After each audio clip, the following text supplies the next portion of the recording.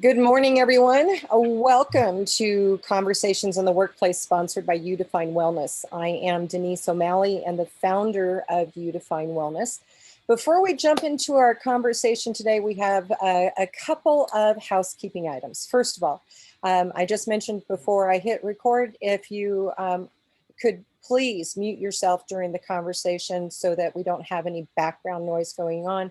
Plus, since we are recording this, if you want to hide your face, you're more than welcome to do so. So a little bit about Udefine Wellness, because a lot of you probably don't know who we are. Udefine Wellness has been around for about 5 years. I'm a reformed insurance agent, and quite frankly, I saw how the sausage was made in the world of insurance, and I decided there needed to be a better way. Since most employee benefit programs are about sickness, and I wanted a program out there that was about healthy living, because that's what thousands and thousands of people had told me in my meetings with them for a couple of decades. So Udefine Wellness was created. I invite all of you to visit our website. I have it up right now so that you can see it. And go over and take a look at what it is that we're doing. We're all about education. We're all about affordable access to the types of healthy living services that you define as wellness in your own personal life. And we've created a revolutionary employee benefit program for the marketplace. And I especially invite you to go over to our wellness center, where you will find all kinds of resources for your personal life and for any employees you might have in your companies, from articles and videos that we have out there. We have freebies on our website. There's a ton of information, and all the providers in our network have their own store where you can learn about them. You're not purchasing their services through us, but you can learn more about the services that they have out there. One of the things that we are dedicated to is supporting the human resources community, the insurance agents community out there. And we are doing that by dedicating every Tuesday to workplace related programs like this one for Conversations in the Workplace. And this is the third one that we've done. But there's other things going on, and I will put the link to this newsletter that just went out that talks about it. And I'll put it in the chat box in just a moment. But on the first Tuesday of every month, we have something called the Wellness Committee, where we are bringing together the healthy living providers in our network to brainstorm on activities and topics that you can immediately put into place in the workplace. And we invite you to join us. It'll be live on Facebook, but you're welcome to join us on the Zoom portion if you want to be live with us. The second Tuesday is the Conversations in the Workplace. I'll get back to that in a minute. Next week, we're doing something called Wellness as an Employee Benefit. It's not normally thought of as a typical employee benefit program, so we're going to be chatting about it. And on the fourth Tuesday is something that I got to tell you is fantastic.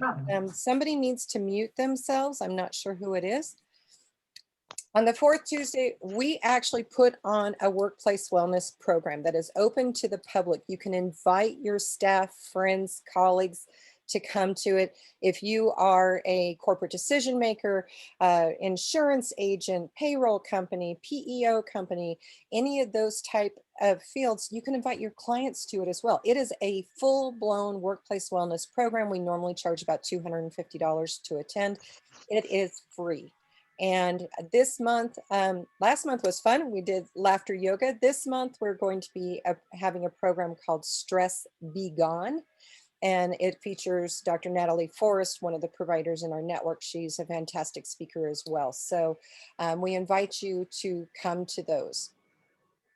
So I will put all information in the chat box.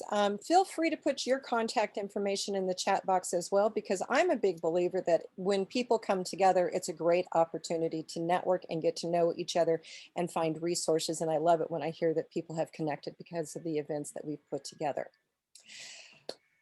That being said, you are all here for a special program, Conversations in the Workplace, featuring Lori Reichel-Howe. Lori is a go-to person for organizations like the Society for Human Resources Management to put on programs that are important to what's going on in the workplace.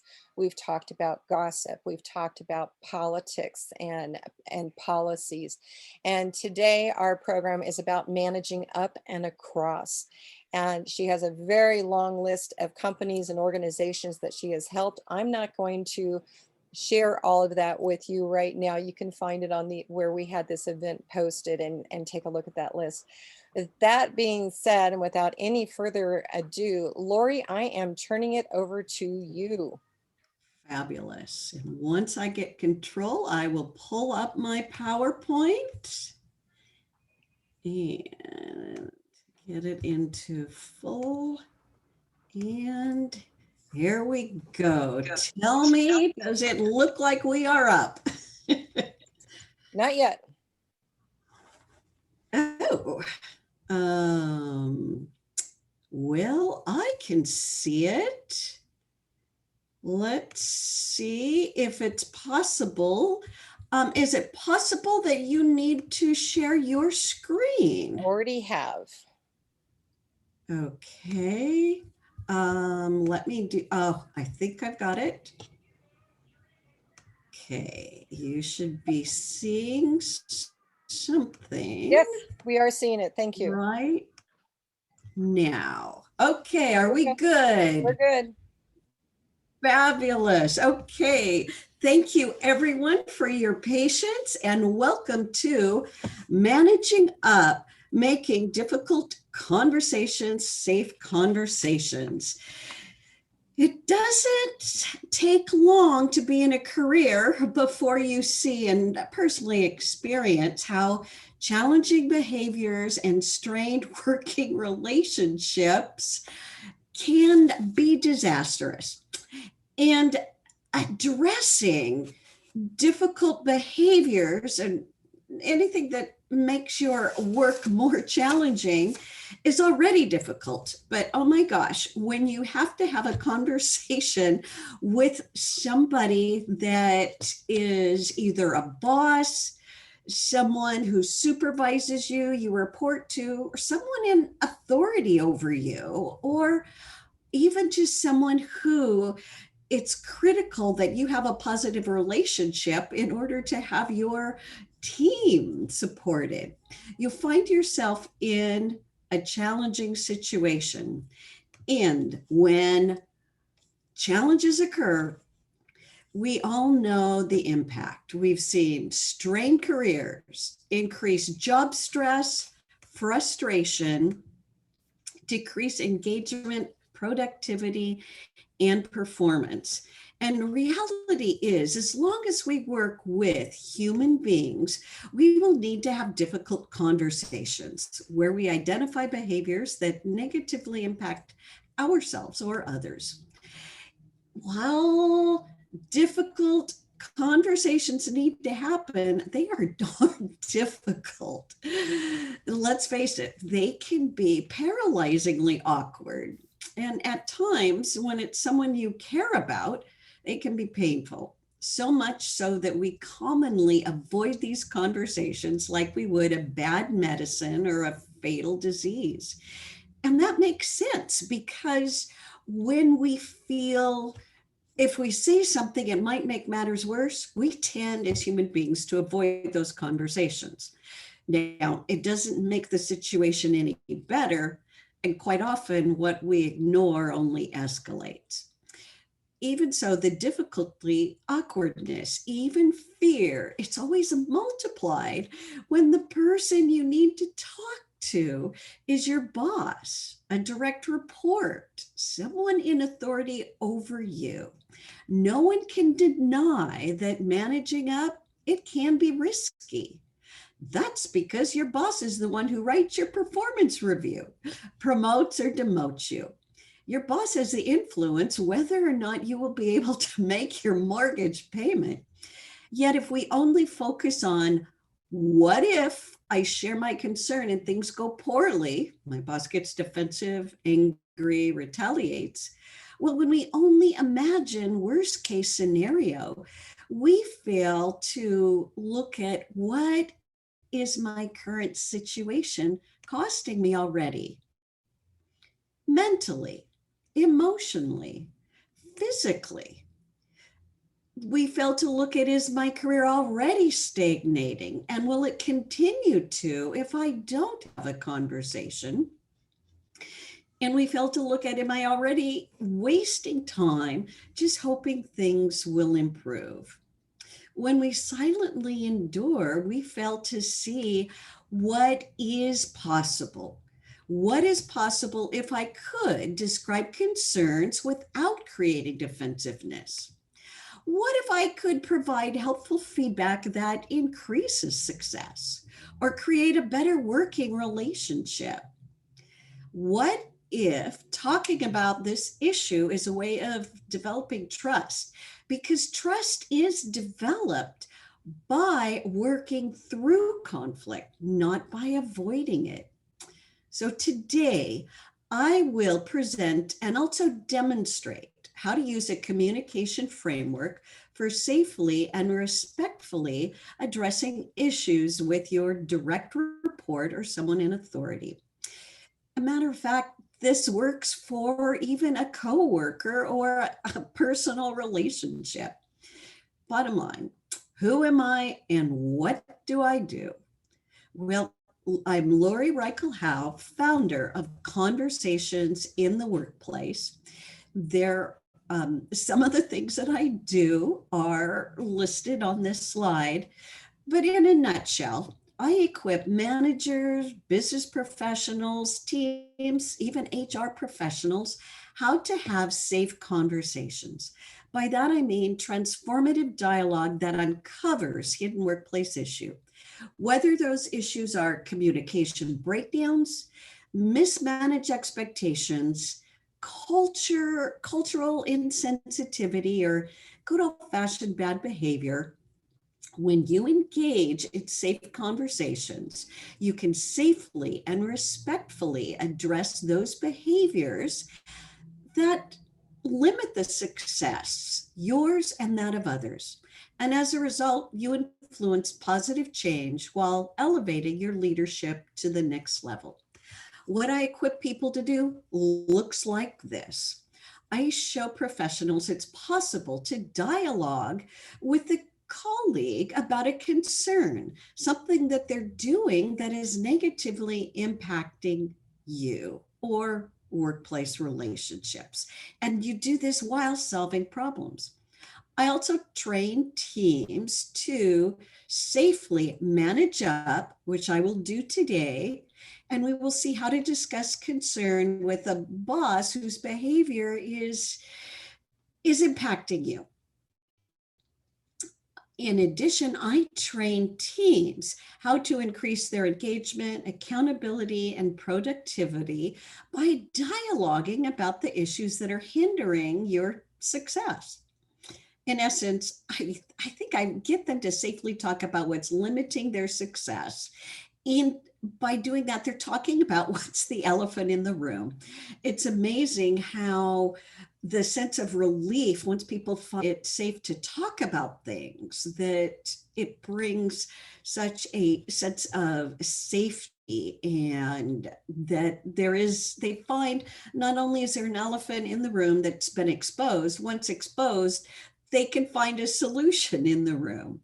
So it's my passion to help organizations develop a workplace culture where people love their work and where they love the people that they work with. And I do this through safe conversations. Now, why safe conversations? Well, you see, the way people communicate will make or it will break an organization. You see, 70% of bosses never become leaders because they lack the communication skills needed to talk about difficult issues, awkward, and they stay stuck. So today, I will demonstrate, as I promised earlier, how to implement my safe conversation framework while managing up. And I want to do more than tell you it's possible and that you need to do it. I will show you how it can be done so you will know it's possible. Today's managing up conversation will be between two individuals. It will be between Sophie on the right having a conversation with her boss, who is the HR director, on the left. And what Sophie will do is open up this conversation with three things. She will open it up, first of all, with what are the positive wants? What does she want for their relationship?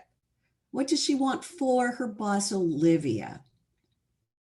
Quite often, people do not care or listen to what you have to say until they trust that you have positive intentions about them.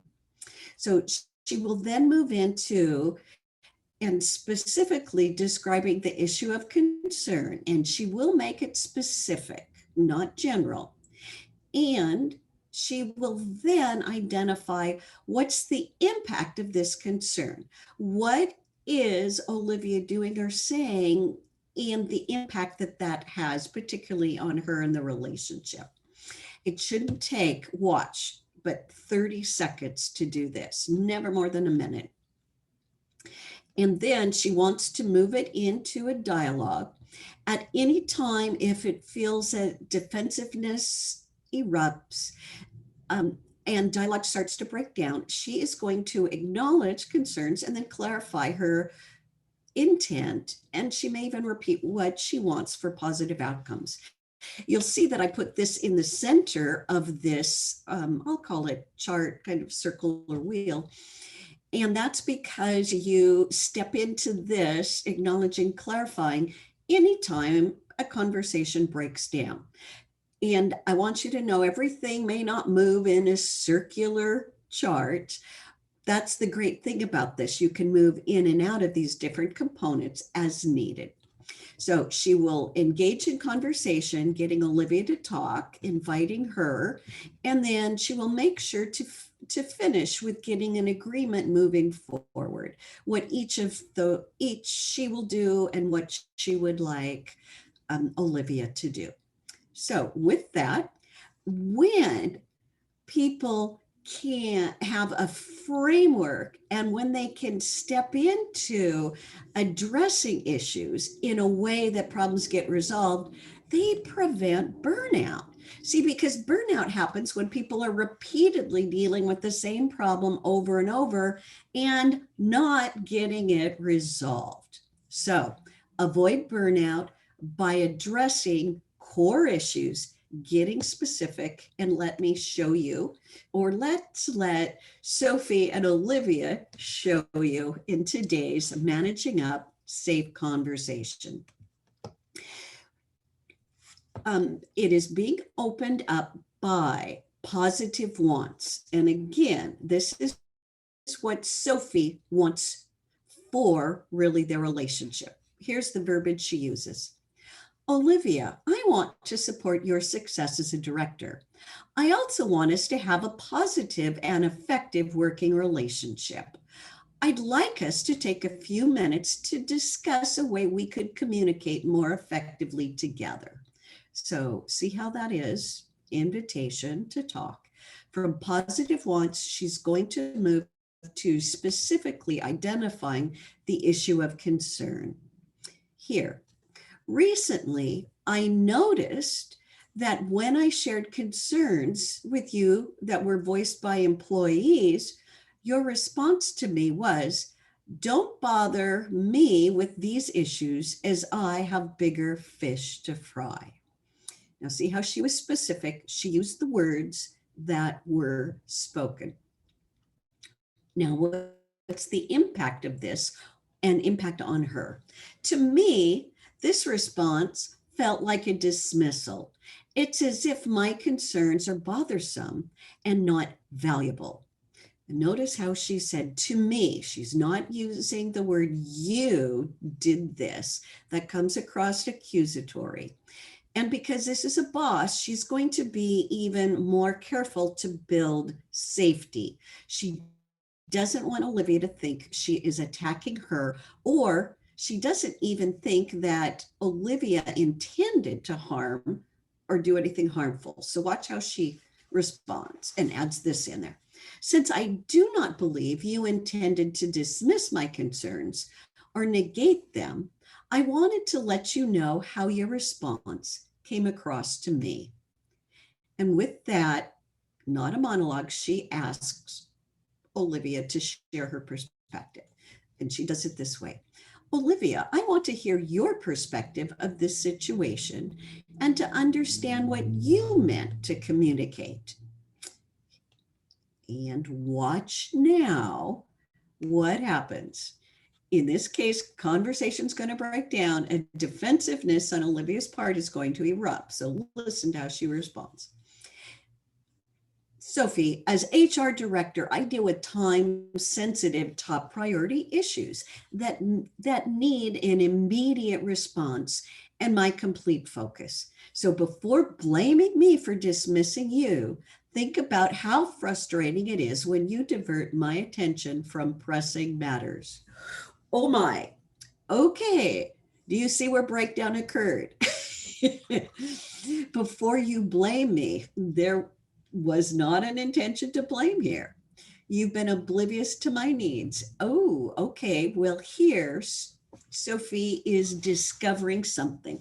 And because Sophie is trained, and a matter of fact, did some coaching with me before this conversation, she knew, be careful, don't respond in impulse, but instead acknowledge the concerns of the other person. Doesn't mean you have to agree, but the person quite often can't hear you until they know you have heard them.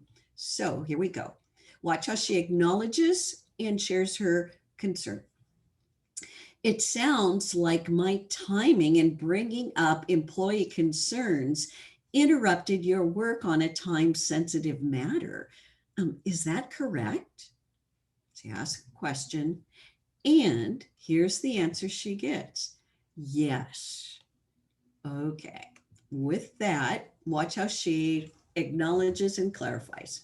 Boy, I do not want to divert your attention from pressing matters.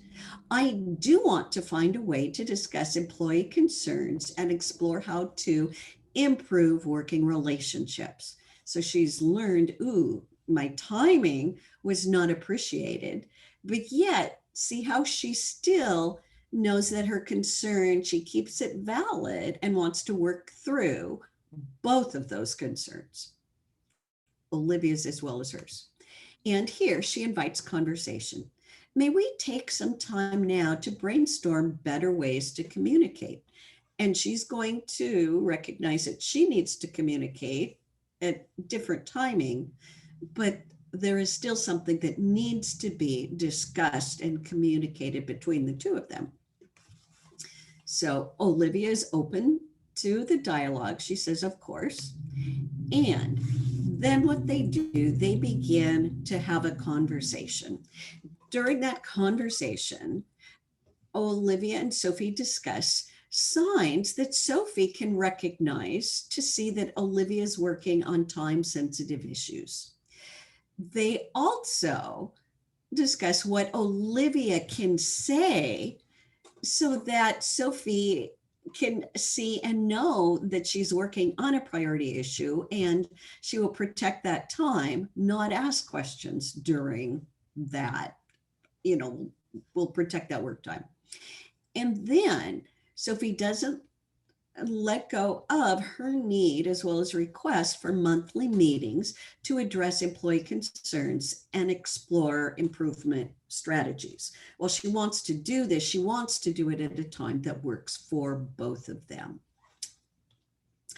And after they've had time to brainstorm, to dialogue about that, Sophie knows we need to get an agreement. Quite often we talk about problems and solutions, but where do we get that agreement in moving forward? So here's how she obtains an agreement.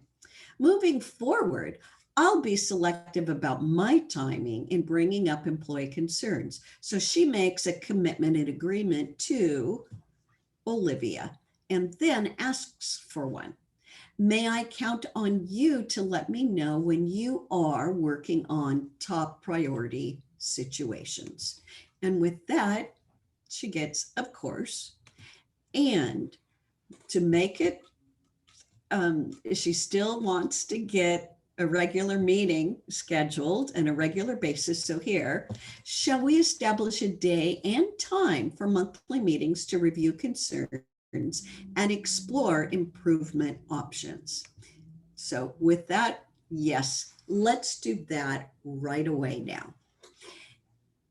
And while I'm bringing an end to this demonstration of a safe conversation, I want to be completely honest with you.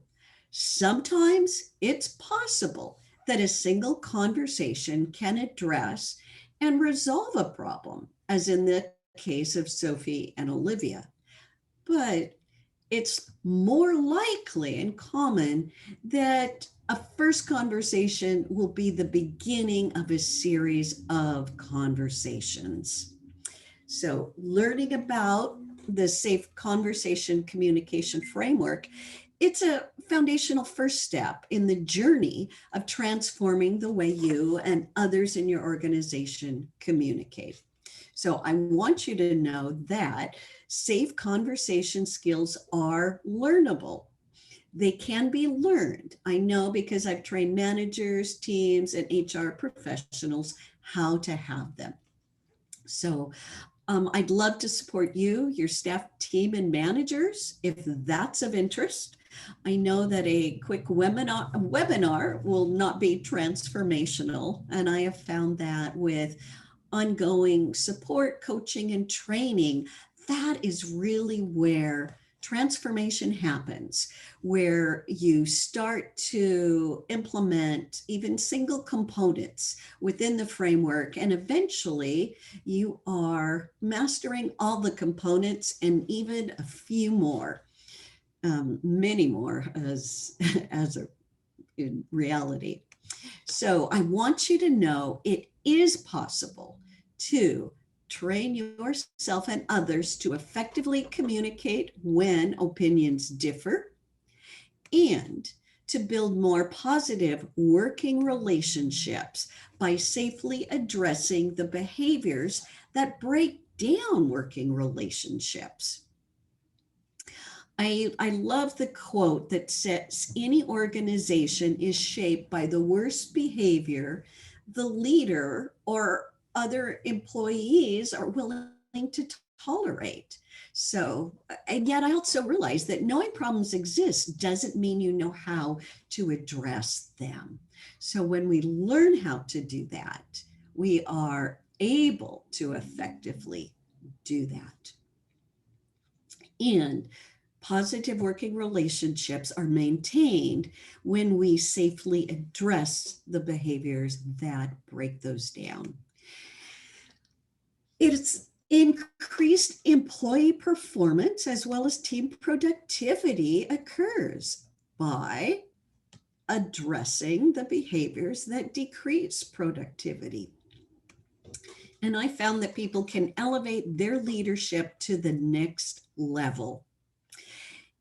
It's the leader that can clearly identify issues without laying blame, even in talking to a boss or someone in authority over you, that really is identified as the true leader, whether they're given the title or not. And arising to leadership positions, even management positions, requires more than even a technical or subject knowledge. Ability to complete projects, meet deadlines, while they're important, successful people need the soft skills, the ability to resolve problems, and that means engaging in conversations and in a relational way, talking about issues so that problems can be resolved and identified. So this can be done by implementing a communication framework that transforms you. So with that, if this content is of interest to you, go to my website, which is at www.conversationsintheworkplace.com, And if training or coaching sessions resonate with you, I'd love to give you a complimentary 30-minute consultation with me. To set that up, go to my homepage. Underneath that picture, you will see that blue Let's Talk button. Simply click on that and then select a 30-minute session with me that works for you. We can discuss, take a deep dive together and strategize a plan, a training, something that fits your needs of you individually or of your organization. So with that, I'd love to move to a Q&A and do some engaging with you on some questions that you have, maybe challenging team dynamics, challenging issues, how to make it safe to talk about specific issues. So great, we've got, I'm going to, let me see, Denise, do we want to let people just verbally ask their questions or pop those in the chat box? A little bit of both. So I've already offered in the chat box, if you want to post your question in the chat box, so I ask it, that's perfectly okay. You can send it to me or we'll open it up here in just a second. Lori, I want to tell you, this is such a really good topic because we so often do not necessarily manage our bosses or manage them well. And the illustration that you used, I have to tell you, the first thought that came through my mind, if I had been the employee to the boss, would have been, you think employee issues aren't a concern and a priority, and gotten defensive. And what you showed instead is, okay, yeah, that it's a priority and that it's something that the boss needs to be paying attention to. You don't necessarily know what all is on the boss's schedule, and being able to walk it through and diffuse the situation and keep your own calm without that knee-jerk reaction. The workplace would be so much calmer with a lot of that going on. Yes, and we have to be fair in that. That is our instinct. And even there's bodily, psychological reasons for that because we feel threatened. Yeah. And when we do that, we move into, it's called, fight mode and defensive mode. Yeah. And so learning to go instead to contrast and to some of those components. There is a quote, act in impulse, inherit regret. So how do we do that? So thank you. Yeah. This, for those of you who are here in the room, this is a really good opportunity to ask your questions of Lori while you have her. She's so knowledgeable in this area and how to diffuse. And we have found in the past couple of months that we've been doing this, that some of the most valuable component is when people are being able to ask their questions of her and we get that dialogue. In fact, last month we ended up having a really great conversation after we finished the recording. Everybody was gone. And I would have loved to have gotten it on the recording. But so if anybody is interested in asking a question, feel free to unmute yourself and speak up or put it in the chat box, either one. Okay. So Lori, what are we going to be talking about next month? Okay, what are we talking about next month is on the 8th, June 8th, we are talking about creating a culture of accountability, not blame. And by that, really, it's how to effectively and respectfully put an end to shaming and blaming to get people to take ownership for finding solutions and for making needed changes. And within that, I will also give an example of a safe conversation where someone has a conversation with somebody who is blaming, demonstrating how they reframe blaming to problem solving. Now, that's in June, and July will have, it's another presentation, but almost a second part of that. And it's creating a culture of accountability, not excuses, because blame and excuses they're the two sinister siblings that erode a culture of accountability. And learning how to specifically deal with those individually. There's some specific techniques to each one. And the great thing about when you learn, sometimes underneath excuses are legitimate concerns. And so discerning what is an excuse, just a skirting of responsibility versus legitimate concerns that need to be explored, and how do we do that? Okay, so Lori, are you still there? Okay, there you are. You just moved on my screen. Okay, we have a couple of really good questions going on in the chat box. The first one that I was going to ask is from Vinette Jones, and Vinette, you just raised your hand. So do you want to ask it yourself? Sure, I wanted to rephrase it actually. Okay. So in light of everything that we all are seeing, social media coverage, and social justice, racism, politics, and everything, you have that to contend with, and how employees are impacted by that, because we don't know what people are going through personally and how it's affecting them. And then you have kind of just, I think, workplace, depending on the industry you're in, or maybe most industries, there's been financial instability because of the pandemic. So, how to guide supervisors into having conversations, not just to reassure employees, but to see where they are, emotionally, mentally, to be effective, because it's easy as a supervisor to say, you're not performing well, but why isn't that employee performing well? What is at the root of it? As opposed to just producing. So how, is there a recommendation for how to have those? Oh, okay. Valerie, if help me to understand, is this, are you thinking around having performance conversations? This is Vinette. Oh, I'm sorry. It's okay. It's Okay. all right.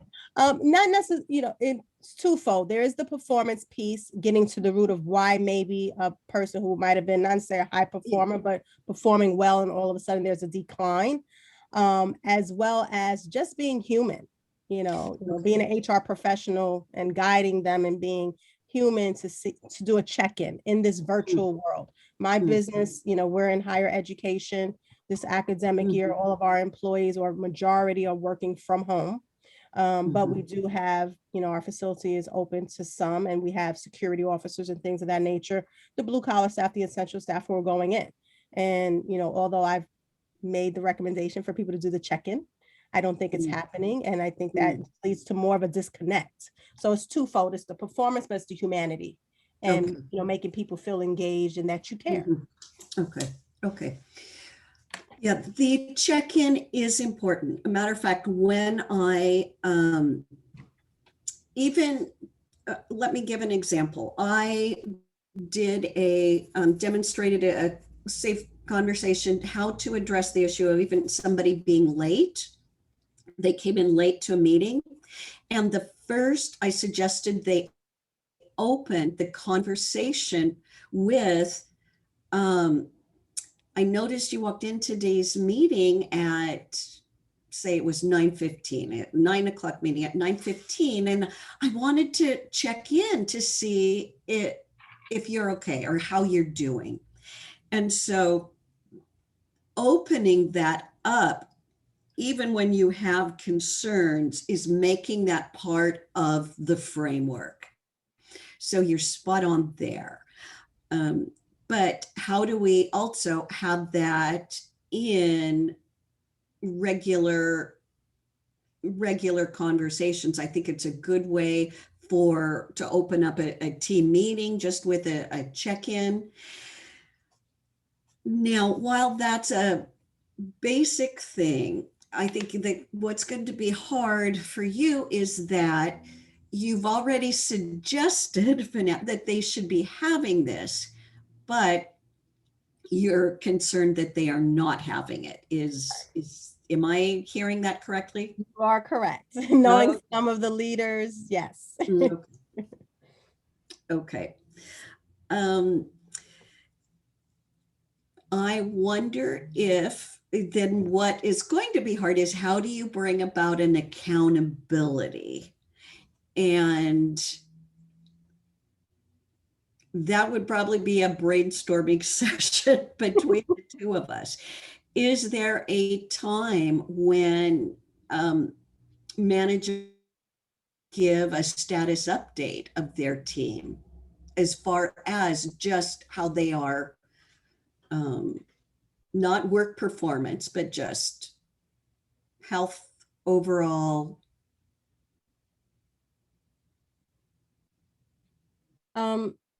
We have a larger director meeting, but how we're established is almost like a two sides of the house. We have the administrative or operations end, and then you have the academic. So I don't get to really engage with that group as much. I'm director of HR. So that's kind of the academic side, that's the provost. I have more of a relationship, or at least leeway, put it like that, with the administrative team to make sure that's being done. But I think part of it is everyone's just going and, you're concerned about the finances. So that piece I think is getting lost. I can definitely say there are some who are doing it because they've approached me and said, I'm concerned about this person. They're alone, they're single, and they're working from home. They're not coming on campus. So, well-being. But it's the masses, we're kind of keeping that conversation going and letting them know it's a good thing to do. We've all, it's a year and a half. We haven't seen each other for the most part. What are we doing? That's at least with us. It's been, since March that we have not collectively really been on campus. And you have employees who've been there 30 years, 20 years, who are used to that engagement. So now they're not having it, or it's a Zoom conversation, which is a totally different type of conversation. So. Yeah. Yeah. Because once you've communicated the expectation and given them examples of what it would look like, and the hard thing is, unless you craft a place for creating the expectation and then actually having managers share, how is that working? What does that look like for you?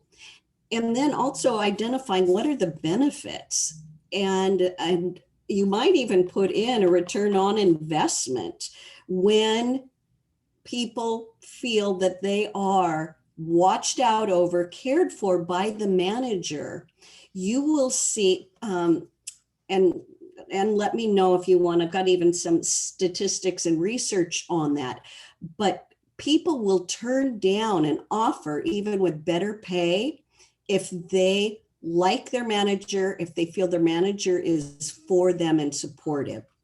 So what is hard is people are just trying to navigate right now kind of a checkoff list, but they're not thinking of how important the relationships are. So it will be really hard unless you can kind of craft in continual opportunities to reflect on it, how it's working, making it a expectation, and also bringing some accountability in it. And even if you would say part of during COVID, we understand that this is going to be a really important thing to do. Check on just the mental health, well-being of employees, aside from their productivity, just caring about them. And you might even say, we're going to do a quick survey asking employees to rate their manager in this. And we will be taking account of this when we write reviews. So you've done what you can to invite it. You want it to happen.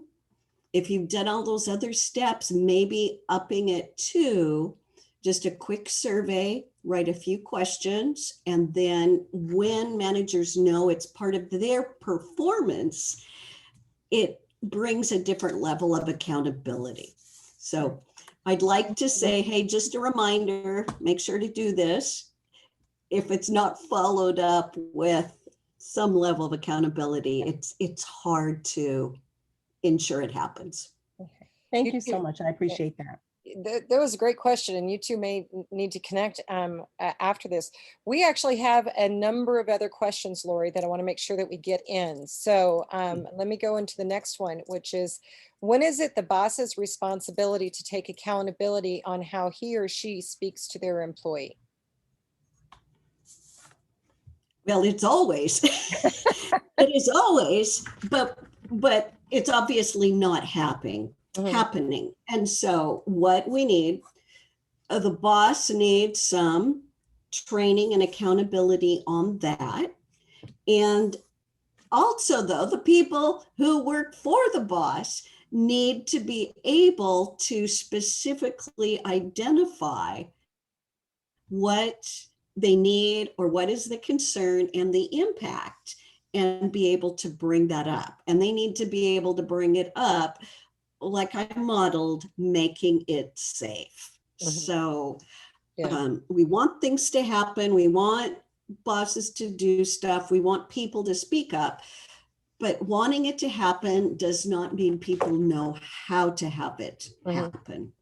You know, and sometimes you have to, you may fail the first time you try to manage up and turn it into a safe conversation. You have to just keep trying. And then if it is constantly failing, then that's something you're going to have to evaluate. Next question. How do we safely communicate with a manager where the manager is having favoritism for another employee? Okay. What is going to be your challenge is you giving an example of favoritism. And so let me just throw out an example of how you might respond. I'm concerned with your selection of Alexander over Alex for a particular position. Many people have, I understand both have strengths, but without knowing specifically why one person was selected over another person, there is the possibility of people assuming there is favoritism. And I wanted to bring that to your attention because I know that will erode your trust and the trust that people have in you. And while it's awkward for me to bring this up, I believe I would want you to let me know if I was doing something that was perceived by others as being favoritism. So there's an example. What it is how do you make it safe, and how do you give examples, not just an assumption? Now, I had someone who asked me a similar question, and he was angry because the boss had picked and is always picking someone else's work versus his. And he said, how do I deal with this favoritism?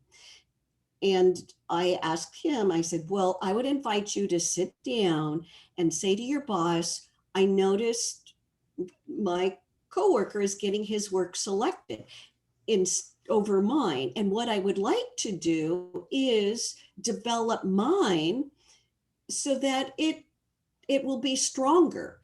Can you give me some suggestions on what I could do, or what are the strengths of this other one so that I can build mine? So you haven't you haven't identified favoritism, you've asked specifics. You know, what the diagram that you showed us was really a good formula for every situation that comes up and how to have that conversation. So this recording will be posted wherever you found this event, and we'll do that later today. So feel free to go back and study that diagram of communication. This one will fall into the same thing, but we're going to go ahead and ask this last question. And it's, how do you communicate effectively with a manager who prefers to bury their head in the sand no matter how many times a concern is raised? Wow.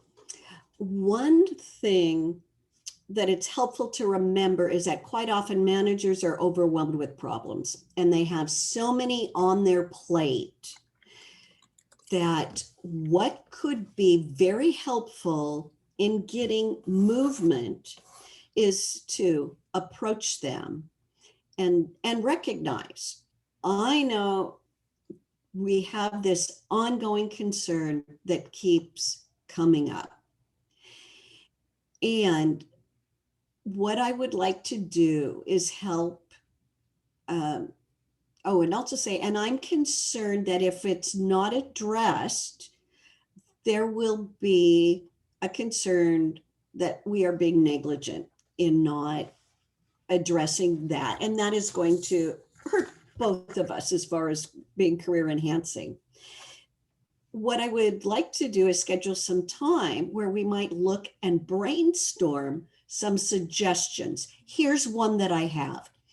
If your boss hears that you are open to helping to solve a problem, they just can get overwhelmed with hearing about problems. And so also talk about what's the return on investment. If we solve this, how will it help? How will your boss look good? How will the organization improve? When you talk like that, it helps to move something up the ladder to a priority. And sometimes they just feel stuck and they don't know how to answer, how to resolve it. That's a great response. Okay, so this will be the last question, folks. And it's along the same lines. How do you communicate with a boss who leads with intimidation? Okay. Give examples of intimidation. If you say you're intimidating me, you've made an accusation and a judgment. But when you say, I